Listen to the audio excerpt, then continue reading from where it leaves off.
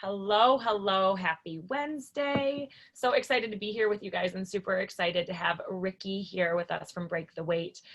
She is going to be sharing with us all in relationship to overcoming obstacles.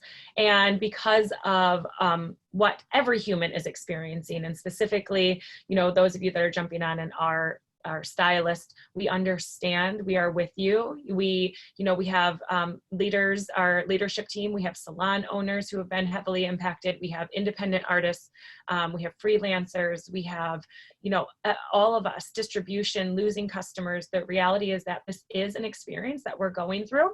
And they are obstacles, but as we have talked about, so many tools that have been able to help us, getting into our breath, thinking about what we can be grateful for, talking about what we can do moving forward in business, things that we can evaluate and optimize this downtime. We've explored a lot of those in the past. And so we're excited now to learn from Ricky as she shares with us just really truly how to overcome these obstacles and her view on that and all the things she's going to bring to life. So if you're somewhere where you're seated, we recommend that you grab a pen and a paper. And also for those of you that are on live with us, make sure you share your social handles below and stay on for the live Q&A post recording. So Ricky, please come on off mute if you're on mute and share with us. I'd love to learn. Am I on mute? Can you hear me? Okay, great. I'm really excited to be here. Just a little introduction of who I am. My name is Ricky Friedman, and I am a life coach and a motivational speaker. I own a company called Break the Weight, and I coach people. I speak on breaking the mental and emotional and physical weight in their lives. And I'll give you a little quick background of just where my story started and how I got on my path. I was 13 years old and I lost my mom to cancer. So I experienced a profound loss, which I call a weight, when I was a young girl. And it really put me on a journey of pain and a journey of self-discovery. And what I learned as a child was that it's really hard to process grief and pain as a kid. And so I was really overwhelmed with pain, and a lot of my pain led to unhealthy vices, right? And we all have things in our life that when we're feeling a certain way, we use something else. And so I went through my life and I was really weighed down by my mom's loss. And when I was 23 years old, I decided to take an action. And I thought, I had this really bad eating issue, and I had a lot of depression and anxiety. And it was really confusing because people measure everything in time, right? So they say, like, if something happens in your life, you should be over it within, it says my internet's unstable. Is that true? Can you see me? Okay, great.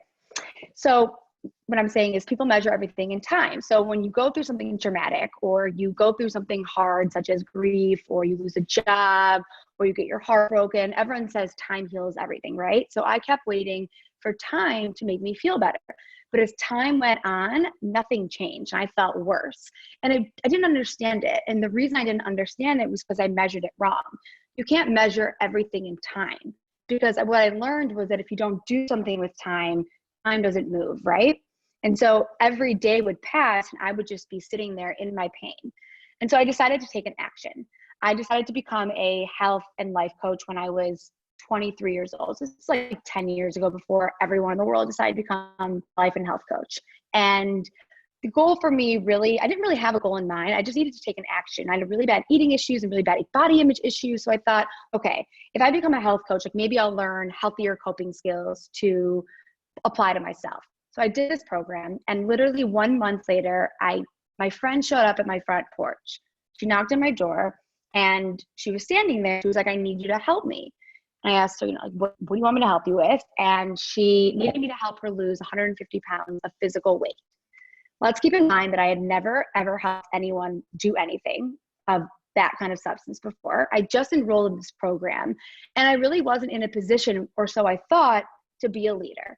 Right? I think when we all feel weighed down, we don't feel like we're leaders. If we lose our job, we don't feel confident. If we gain weight, we don't want to go out. And all these things end up weighing on us. So we look at ourselves differently.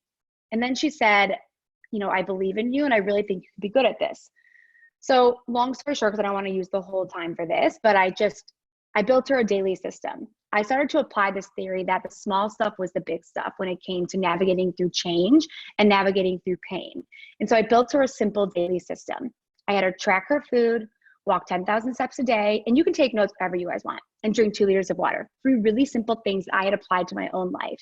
Because what I found that every time I tried to change my life and I started big, it never worked out for me. And I was overlooking the really simple things in my life, which I think we can all relate to, right?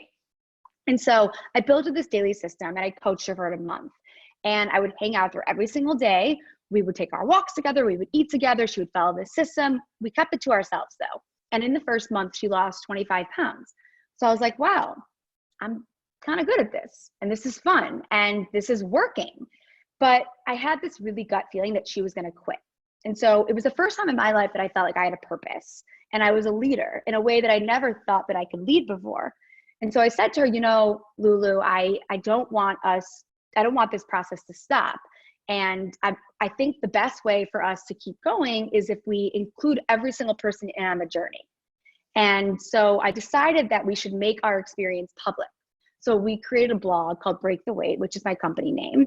And for 290 days, we blogged about the whole experience. She would weigh in for people on Mondays. We had thousands and thousands of followers. We had a newsletter every single night. And she would blog, I would blog under her. And the idea was that accountability really kept us moving forward. And as we would write, first it was more physical, right? We'd write about like working out and weight and recipes and all that stuff that you can Google. And then slowly as time went on, we started writing about the real weight in our lives. She came out on the blog. I talked about my mom's death when I was 13. We both talked about our anxiety and our depression. And after 290 days, she lost 100 pounds of physical weight. And I always say I lost 100 pounds of emotional weight. And after that experience, the word weight was really redefined for me because it wasn't just the physical weight. It was the emotional weight. It was the heaviness that I felt internally, that she felt internally, that no matter how perfect your diet was, it wasn't going to fix that. And so after that experience, I was 24, I turned that into a company where I started coaching people to break the weight in their life, physically, mentally, and emotionally. And that's really taken me to where I am now. And what I've realized through that experience is that we all have weight in our lives, right? I mean, I know you guys are not supposed to talk, but like raise your hand right now if you have a weight. If you guys don't all raise your hands, you guys are perfect people and I'm jealous. So we all have weights, right? We have big weights, such as what? Losing a job, right? Okay, that's a big weight. Maybe you got your heart broken. That's a big weight. Maybe you lost your house. Maybe you moved to another country. Maybe you lost a friendship. Those are big weights, right? And those are the things that people tend to get really overwhelmed about. But what about the small weights? This is what I built a career around, the small weights of our lives, because every time someone tries to make a change or overcome an obstacle, they try to do it in a really big way. Who can relate to that? We're like, oh my God, let me change my whole life. Let me go to Target. Let me buy every single hanger because I'm gonna be more organized. Let me eat only lettuce. Let me, apply for 5,000 jobs. Let me do this, let me do that. And it's like, do you even make your bed? Do you even drink water? Do you even walk your steps? And so what I've realized is by coaching, I've coached a lot of different people and I've spoken to a lot of audiences, and the same thing every single time comes up is that every time someone tries to make a change, they fall off track. But here's the thing. It's not that they fall off track, it's that they stay off track. Who can relate to that? You try to make a change and you fall off track. And so suddenly you're like, I'm doing really great. I'm doing this, I'm doing that. I'm taking steps forward. Like I'm amazing. And then boom, you wake up on a Tuesday and you're like, screw this. I'm not motivated. And then what do? You do nothing. And then what do you do the next day? You do nothing. And then what do you do 3 weeks later? You find yourself, holy shit, I have to start this whole process over. And so what I'm getting at is that we all have these weights and we all want to make changes in our lives. And we all have things that happen. I like to say they happen for us. Some people say they happen to us because it's all about wordage, right? And so we all have these things. Right now, you guys all have these things. Some of you have lost your jobs. Most of you have lost your jobs. Don't know when you're going to be back in there. Money's running tight. That's a weight, right? Maybe you got kids home. That's a weight. Maybe you're emotionally eating. That's a weight. Maybe you haven't moved your body. That's a weight. Maybe your room is messy. That's a weight. And then you got your bigger weights, unpaid bills, people that are dying, people that are sick. And when you look at all your weights, I want you to grab a piece of paper, okay? And I want you to write don't make fun of my handwriting. I write like a 5-year-old. But if you do a line like this, okay, and you write in one category small weights, okay, and then I want you to write big weights. And when you're done, just like put your finger up to let me know.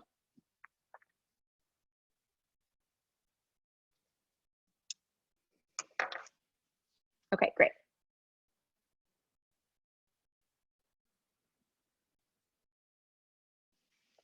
Okay, so now, I love this. So now we're gonna think about, I want you to think about 2 things in your life that you wanted to change. Write them down. They could be the biggest things in the world. It could be like, I wanna get a new job, or it could be, I wanna lose weight, I wanna sleep better. Just pick 2 things.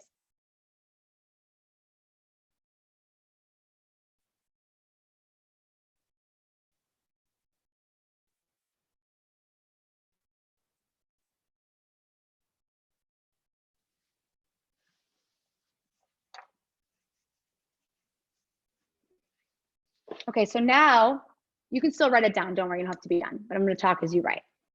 So if you think about that thing that you've been trying to change, you've got some big weights standing in your way, right?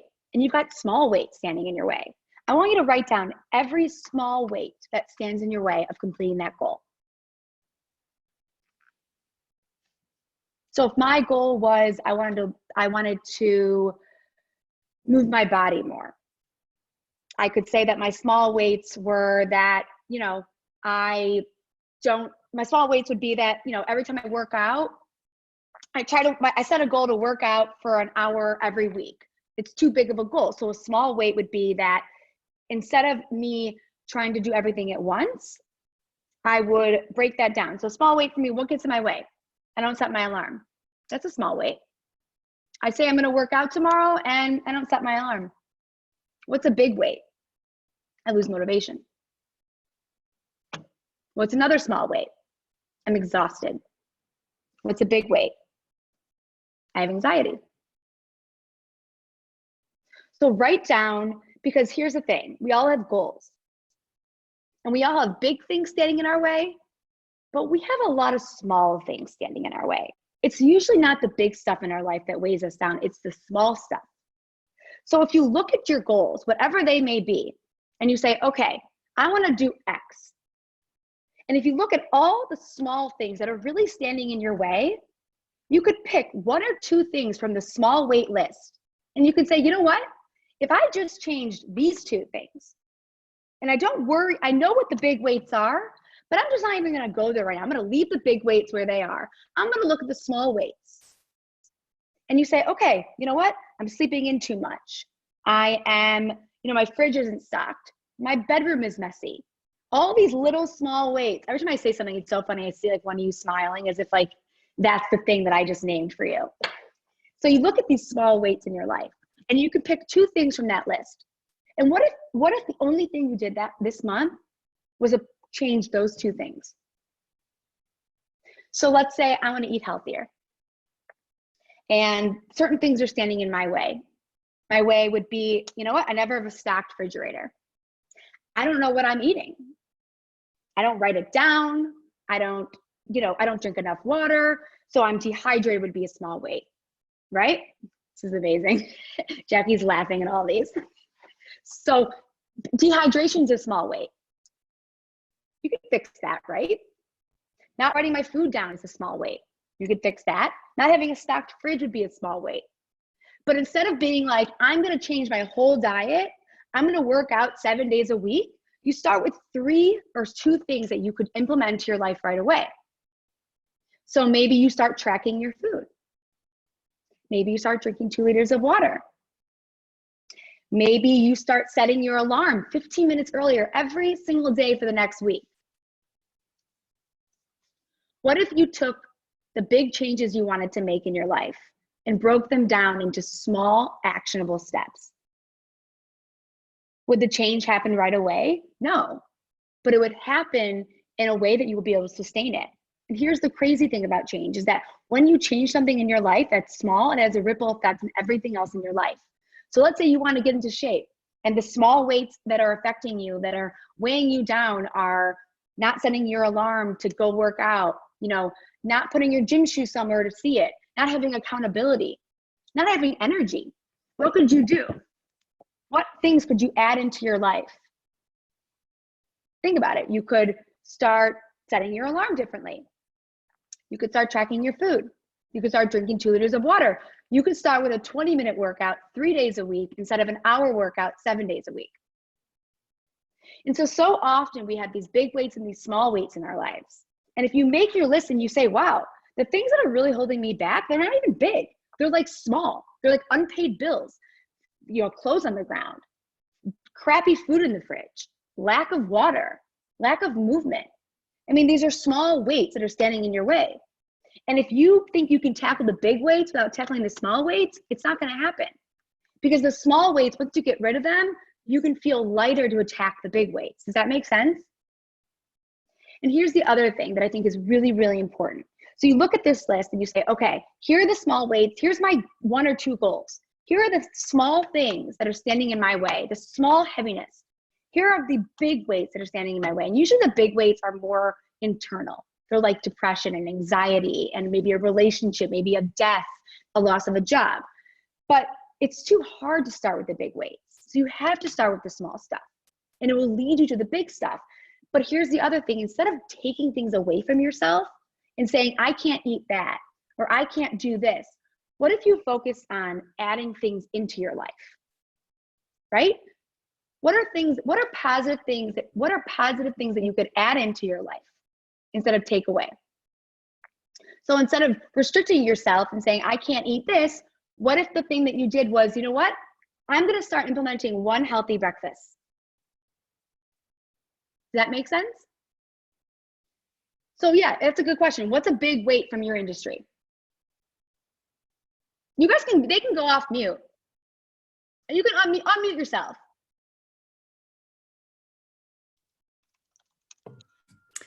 All right, I'll go. So, Yeah, Jack. all right. I made a list of all the clients I have to call. It like totally overwhelmed me in about 5 minutes. Like for me, that's like killing me. Like I sat down and I wrote my letter that I'll probably have to amend, but I at least got the body of it done. And just dealing with that, it was like, oh my God, this is horrible, you know? So just getting through that, and like I really want to get out and start exercising again. You know, I had a good routine. So like I can totally get where you're saying, like, to me, the big weight is going back to work and like trying to get the stuff in that I really want to do, you know, is tough. Right. So the big weight's going back to work, but all the small weights, like walking 10,000 steps a day, right? That could be something that you could add into your life. Or instead of making that big list and tackling it all at once, what if you just wrote 5 things down on that list, right? It's overwhelming. Our brains are so wired. Immediately when you make a list and it's too much, your brain literally shuts down. It's like, I don't think so, I'm out. Why? Because it's overwhelming. And so how overwhelming would it be if you see a list that has 1,000 things, but how much better would it be if you put on that list 3 things? And the 3 things were call 2 people today, walk 10,000 steps a day, and drink 2 liters of water, right? Because the small weights, the big weights in your life are so much bigger because of the small weights in your life. And don't try to tackle. The big one is going back to work. You want to go back to work feeling good because you've clearly got all these other goals. You want to get into shape. You want to eat better. You want to do this. You want to do that. But you're so weighed down by the big weight in your life, you can't even tackle the small ones. But that is where you need to start.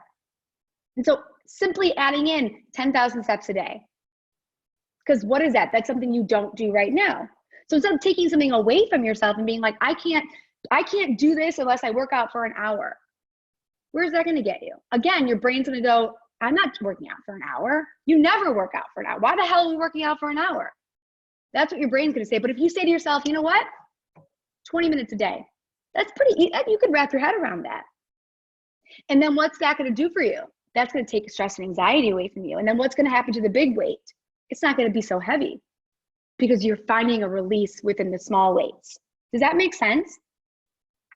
Yeah. And to bring that back. So I think also, Jackie, what, when we think about that in relationship to exactly how we can integrate it into our life. So I think if I know you, your form of exercise was yoga, but what if like to adopt and have just a couple of key things like that big list, you did think what's a sizable chunk today? And then while on the floor in yoga, like just stretching, so you're kind of killing two birds with one stone. You also could so it's a sizable chunk, the list that like Ricky said, something you can do, adding back in your movement that you love so much. And in these poses, you're like, I'm not going to get off the floor until I get these 5 phone calls done. And it's a fun way to bring it back and make it sizable chunks and to not get the overwhelm from the big task, because we do lots of people to call, lots of follow-up, lots of uncertainty, lots of conversations. But I'll tell you, because I'm a girl like you who's been missing my yoga, that I just told my husband, I'm like, I need to be like Mariah with the exercise ball. I need a standing desk, like all these things. Like I've been doing calls sitting on the floor, like actually doing because if you're not on Zoom, you can stretch all day. So just a couple of things that I thought based on all of this really brought it to like the things in relationship to your list of being able to contact those people and feel, or get out in the sunshine and do it. I found that even if I sit on the back, I know we've had a lot of people, Ricky here, join, and they'll be outdoors, and we're always like, that looks so beautiful, but it's a great way to what can I do? I can get outside more during these phone calls, like adding back in, as Ricky said, something that you can do that you're not maybe currently doing. Yeah. I mean, if I was you, I would just take every single phone call walking. I mean, seriously, then you get your 10,000 steps in a day. I mean, it's really quite simple. You don't have to make it so complicated. And I think the biggest problem is that it feels so overwhelming to take the first step, whether that's the step of the phone call that you pick up the phone, whether it's the step that you step on your yoga mat, whether it's the step of cleaning out your fridge, the step of making your bed. It's always the first step. And so the first step is going to be annoying no matter what. You have to accept it, and that's okay. No one likes the first step, but what comes after the first step is the best step. It's the one that gives you momentum. And so for you, if you're missing your yoga, great. We're all missing something in some form. You got to take these phone calls and you want to move your body. Here's a really simple solution. How about you commit to 10 minutes of yoga a day? And then every phone call you take walking. So you get 10,000 steps in, which reduces your anxiety and stress, which helps with the big weight of going back to work. And you get your 10 minutes yoga in, which also reduces the stress, but also makes you feel good because you did the yoga and you don't have to feel guilty for not doing it. And that guilt, that's a weight. That's a small weight. That guilt you feel for not doing the yoga, that's a weight. Just like the phone calls are a weight. Just like when you eat something unhealthy, you feel heavy, but not physically, you feel guilty, which is a weight. And so you have all these things in your life that weigh on you. And usually the things that we don't do come with repercussions. So like if I don't do something on my to-do list is a weight, right? But not doing it is also a weight because now I feel guilty. And now I feel guilty, I don't feel motivated. So it's this ripple effect. So reverse the ripple effect. What if you did it? Oh, okay, if I do it, I'll feel motivated. If I feel motivated, I'll feel energetic. So it's like there's 2 different paths. You go left and you don't do it, then you create heavy and heavier weights. You go right and you do the thing that you don't want to do because it's annoying and like whatever, it's annoying. We're okay with that. First step is always the hardest, but you do it and then you lighten the weight. So when you do things, you should ask yourself, is this going to make me heavier or is this going to make me lighter? And is the feeling of not wanting to do it worth the heaviness it's going to make me feel? Whether that's a physical heaviness, an emotional heaviness, or a mental heaviness. The small weights are heavy because if you add them all up, how much do they weigh? They weigh just as much as your individual big weights. So screw the big weights right now. You might not be able to handle them right now. You can't handle everything at once. If you're in a shitty relationship, that might be too much for you to get rid of right now. If you want to change your career, might be too much to do right now. But look at all the other little things that you could do that will open your eyes and be like, wow, you know what? I'm feeling lighter internally. So you know what? I can tackle this relationship now. I can grieve the loss of that person. I can move my house now. I can do this because I'm not so weighed down by the small stuff. And so it's this thing of like, all right, what can you add into your life that's small and sustainable? What are the small weights in your life that you can lighten so that you can be able to tackle the big weights in your life? And here's the most important thing, the biggest thing that I want you to take away is that it is not about falling off track. It is never about falling off track. You are going to fall off track all the time. It comes with the territory of change. It comes with relationships. It comes with your job. You have shitty days, you have good days. All that matters is how long you stay off track. Never forget that. It is the only thing that matters. You're going to have really bad days. You're going to have days where, Jackie, you're going to be like, I did my yoga, I took my walks, I did my steps, I called this person, I called that person. You might have 3 of those days in a row, and then guess what? That 4th day, you just might not feel like doing it. And it could be a shitty day. But what you do Friday matters more. Because I have a rule of myself, and I always tell my clients, and I always tell people I speak to, is it's about having more good days than bad days, but not all good days. If you can live your life like that, you realize that it's not a linear journey. It's not a perfect journey, and you're going to fall off track. And what matters is how fast you get back on with your eating, with your working out, with your job, with the mistakes you make. It doesn't matter. You're always going to fall off. But if you can get back on, then you can continue lightening the pack. And so that's a really big thing. And just like an overview of this, because I know it was a lot, really start to focus on the small weights of your life so that you can tackle the big weights, and stop focusing on what you can take away from your life. Focus on what you can add into your life. Don't look at the big weights and think, oh, I have to stop doing this, I have to stop doing that. Be like, okay, here are the big weights, here are the small weights. You know what? What could I add into my life that would cancel out these weights, that would make them lighter? Think like that. Because if you can think like that, you realize that it's not as scary as you think that it is, and it's not as hard.